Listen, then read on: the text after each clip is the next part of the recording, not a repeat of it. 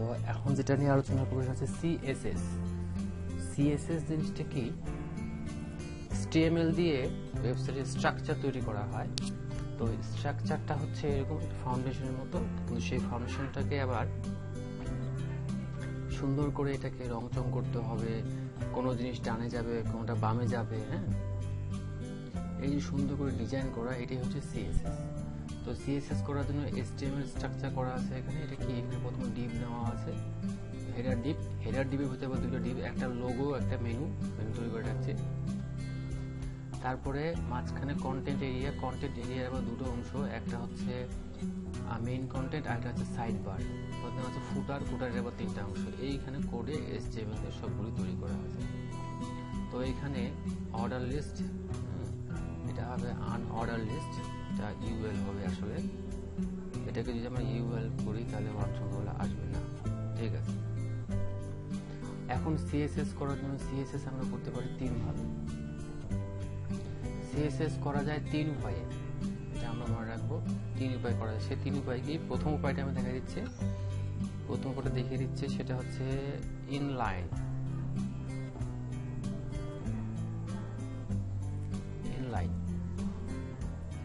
দুই নম্বর পদ্ধতিটা হচ্ছে ইন্টারনাল। তিন নম্বর পদ্ধতিটা হচ্ছে এক্সটার্নাল। এই তিন পদ্ধতিতে CSS করা যায়। এখন আমরা কোনটা করব, কোনটা শিখবো, কোনটা ভালো কোনটা মন্দ সেটা নির্ভর করবে ব্যক্তির উপরে।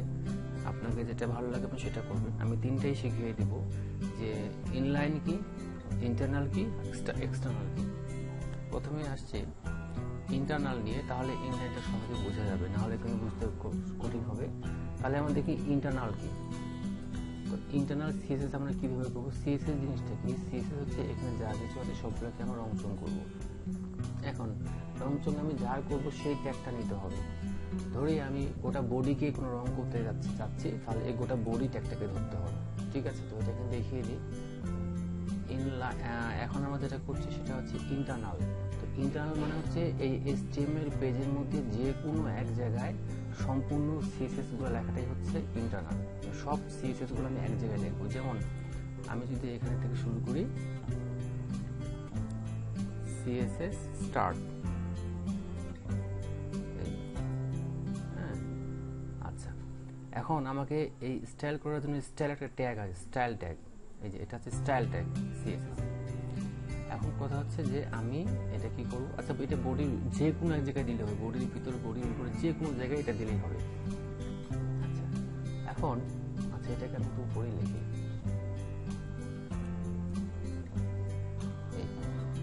এখন আমি চাচ্ছি যে জিনিসটাকে আমি রংচং করতে চাচ্ছি সেই ট্যাগটাকে ধরতে হবে। ধরুন আমি চাচ্ছি বডিকে, আমি বডির করে একটা রং চাচ্ছি, তাহলে আমাকে এখানে লিখতে হবে বডি। যেই ট্যাগটা করবো সেই ট্যাগটাই হচ্ছে বডি, দিয়ে সেকেন্ড ব্র্যাকেট দিতে হবে। সেকেন্ড ব্র্যাকেটের ভিতরে কোড লিখতে হবে। এটাকে আমি একটু নিচে নামিয়ে দিই। কি কোড লিখবো? ধরুন আমি রং চাচ্ছি যে বডির ব্যাকগ্রাউন্ডটা উপর পরিবর্তন হবে, তাহলে এখানে একটা কোড আছে ব্যাকগ্রাউন্ড কালার। এই ব্যাকগ্রাউন্ড কালার আমরা যা দিব তাই হবে। আমি যদি রেড, যদি সেভ করে যদি রান করি, গোটা বডিটা ব্যাকগ্রাউন্ড লাল হয়ে গেল। তো এই যে কালার কোড অনেক রকম আছে, রংগুলো ইন্টারনেটে খুঁজে পাওয়া যায়।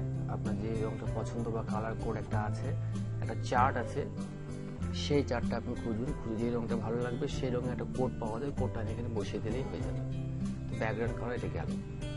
এখন প্রশ্ন হচ্ছে আমি চাচ্ছি এই ডিপটাকে রং করতে, এই যে এই ডিপটা, লোগো ডিপটা। তো আমরা সেই ডিপটা নিই, ডিপ, এর ব্যাকগ্রাউন্ড কালার আমরা চাচ্ছি হোয়াইট। কথা, এটা যদি এখন রান করা যায় তাহলে কি হবে? কি হলো? আমি শুধু লোগো অংশটাকেই সাদা করলাম, কিন্তু সম্পূর্ণ জিনিস সাদা হয়ে গেল। তাহলে তো সমস্যা না। সমস্যা হচ্ছে আপনি যখন লিখেছেন ডিপ, সে পৃথিবীর এখানে যতগুলি ডিপ আছে সবাইকে সে ধরছে, কিন্তু আমার কথা হচ্ছে আমি তো সব ডিপকে করবো না, আমি শুধু এই ডিপটা করবো। কিন্তু যখন আপনি একটা ডিপ লিখছেন সে সব ডিপ নিচ্ছে, তাহলে সমস্যাটা কোথায়? আবার দেখেন, আমি যদি এটাকে লিখি UL, তাহলে কিন্তু সমস্যাটার সমাধান হয়ে যাচ্ছে। আমি চাচ্ছি যে এই ইউআরএলটা শুধু রং হবে। দেখি এবার রিফ্রেশ দিই, দেখুন এবার কিন্তু ইউআরএলটা রং হচ্ছে, বাকিটা হয়নি। অর্থাৎ এই ট্যাগগুলা, এই যে এগুলো কিন্তু হয়তো দেখুন সে কিন্তু শুধু ইউএল কে ধরছে, আর কিন্তু ইউএল নাই, বিধায় কিন্তু এই জিনিসটা হচ্ছে। কিন্তু যেহেতু অনেকগুলি ডিভ আছে তখন কিন্তু সমস্যা। তাহলে এই সমস্যার সমাধান আমাদেরকে দিতে পারে যেটা, সেটার নাম হচ্ছে আইডি এবং ক্লাস। তাহলে আইডি এবং ক্লাস জিনিসটা কি? আইডি এবং ক্লাস। তো আমরা একটা স্কুলের কথা কল্পনা করি। স্কুলে কি থাকে, আমি যদি অনেকগুলি ছেলেকে এক জায়গায় করতে চাই, আমি যদি বলি যে একজনকে ডাকলে যেন সবার হয়ে যায়, তো সেক্ষেত্রে আমরা কি ব্যবহার করি? সেক্ষেত্রে আমরা ব্যবহার করি ক্লাস। তো এই ক্লাসের আমরা যখন পুরো ক্লাস আমরা কি সবাইকে বোঝাবো, কিন্তু আমি চাচ্ছি যে কোনো একজন ব্যক্তিকে, একজন শিক্ষার্থীকে, তখন আমরা কি তার একটা রোল নাম্বার ধরে রাখবো, তার একটা আইডি নাম্বার ধরে রাখবো। যেমন ক্লাস 10 রোল 10, এই ক্লাস 10 রোল 10-এ কিন্তু একটাই ছেলে থাকবে, আর ছেলে থাকবে না। তাহলে এখানেও একই রকম আইডি এবং ক্লাস ব্যবহার করতে হবে। আমি যদি অনেকগুলো ডিভকে একসঙ্গে রং করতে চাই তাহলে আমরা ক্লাস ব্যবহার করবো, আর যদি বলি যে না আমি শুধু নির্দিষ্ট কোনো একটাকে, তখন ব্যবহার করবো আইডি। তাহলে এখন দেখি আমি এই লোগোটা করতে চাচ্ছিলাম, তো তার মানে আমাকে আইডি লিখতে হবে। যখন আইডি দিই, আইডি দিয়ে বলেছি যদি আইডির নাম কিন্তু ইচ্ছা হতে পারে, সেটা নির্ভর করবে আপনার, আপনি কি আইডি নাম দেবেন সেটা আপনার ব্যাপার, কি ক্লাসের নাম দেবেন সেটা আপনার ব্যাপার। কিন্তু আইডির নামগুলো, ক্লাসের নামগুলো এমনভাবে দিব যেন বুঝতে সুবিধা হয় এবং সুন্দর লাগে দেখতে। আমি লোগো নামে একটা আইডি দিলাম। আইডি লেখার নিয়ম হচ্ছে হ্যাশ দিয়ে, LOGO। ক্লাস লেখার নিয়ম ডট দিয়ে। আর যদি সরাসরি কোনো ট্যাগকে ধরুন বডিতে কোনো ট্যাগ নেই, মানে বডিতে কোনো আইডি বা ক্লাস নেই, তাহলে সম্পূর্ণ ট্যাগটা লিখবো, কিছু লিখতে হবে।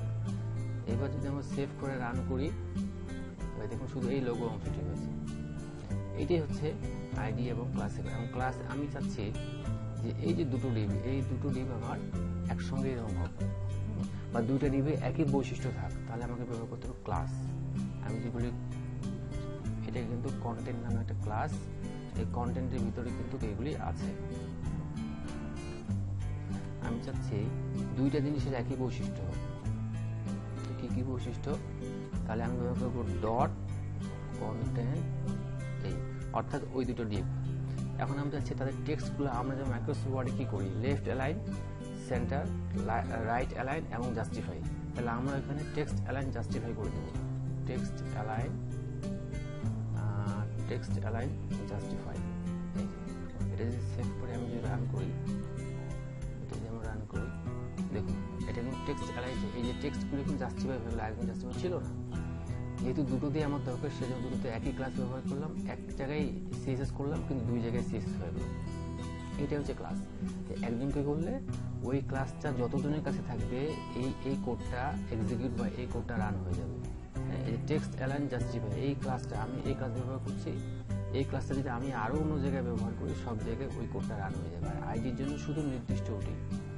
তো এইটাই হচ্ছে আমাদের CSS। এখন এই CSS এর কোডগুলো কিন্তু বিভিন্ন রকম আছে, যেমন টেক্সটের জন্য একরকম, কালারের জন্য একরকম, ব্যাকগ্রাউন্ড কালার একরকম। যেমন কন্টেন্টে আমরা যদি কালার দিই, COLOR কালার, আর যদি আমি গ্রে, তো দেখুন কি হয় ঘটনাটা, এই গ্রে হয়ে গেল। কালার মানে হচ্ছে কোন টেক্সটের কালার, আর ব্যাকগ্রাউন্ড মানে হচ্ছে ব্যাকগ্রাউন্ডের কালার। তো এই দুটো জিনিস করা যাবে না। এই যে আমি কোডটা লিখলাম, এটা কিন্তু হবে আমাদের ইন্টারনাল CSS। আর এক্সটার্নাল CSS কি, এই সম্পূর্ণ কোডটা আমি এখানে লিখবো না, এটা লিখবো অন্য একটা ফাইলে। যেমন আমি যদি এখানে একটা ফাইল তৈরি করি, যেমন আমি এখানে একটা ফাইল তৈরি করছি,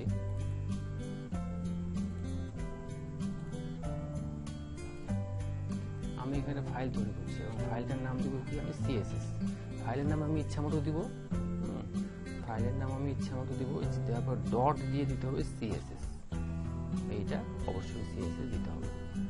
দেওয়ার পরে আমি যদি এই CSS-টা এখানে না লিখে, যদি আমি এই CSS-টা যদি আমি এইখানে লিখি, এখানে কিন্তু আর স্টাইল ট্যাগটা দেওয়ার কোনো প্রয়োজন নেই, কারণ এই ফাইলটাই হচ্ছে CSS ফাইল। আমি যদি এইটা এখানে লিখি, তাহলে এখন যদি রান করি,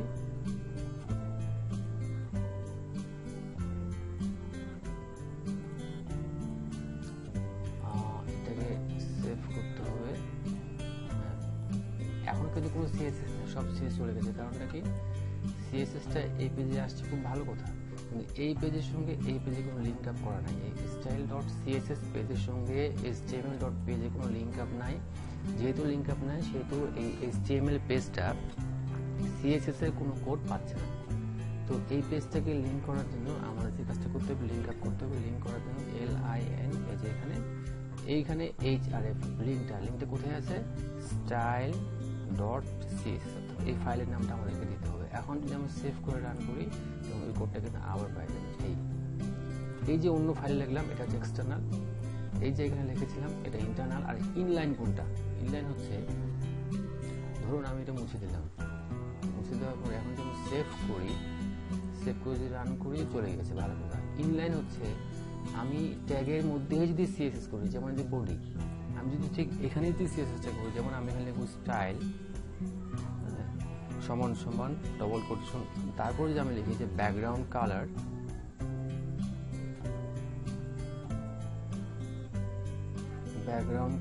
এখন যদি আমি দিই রেড, এখন কিন্তু এটা কাজ করবে, এই যে কাজ করছে। তাহলে আমাদের কিন্তু সিএসএস 3 রকম চলে গেল। ইনলাইন, এখন যেটা করলাম, ইন্টারনাল, এই পেজের ভিতরে সবগুলো কোড এক জায়গায় লিখেছিলাম। এক্সটার্নাল, এটার জন্য একটা আলাদা পেজ, এই যে আলাদা পেজ এখানে লিখেছিলাম। এখন কোন জিনিসটা লিখবেন সেটা নির্ভর করে সম্পূর্ণ আপনার উপরে, আপনাকে যেটা ভালো লাগে, যেভাবে ভালো লাগে আপনি সেভাবে লিখবেন, ঠিক আছে। তাহলে ইনলাইন, ইন্টারনাল, এক্সটার্নাল, আইডি এবং ক্লাস, এই ব্যবহারগুলো এখানকার সিএসএস এর এই 4টা জিনিস হচ্ছে খুবই বেসিক। তো এই 4টা বেসিক জিনিস আজকে শিখলাম আমরা। এরপরে এই জিনিসগুলো দিয়ে এই সম্পূর্ণ ওয়েবসাইটটিকে আমরা রং চং করে একটা সুন্দর একটা ডিজাইন দিব, দিয়ে একটা প্রফেশনাল মানে একটা ওয়েবসাইট আমরা তৈরি করব। তো আজকে এই পর্যন্ত, ধন্যবাদ সবাইকে।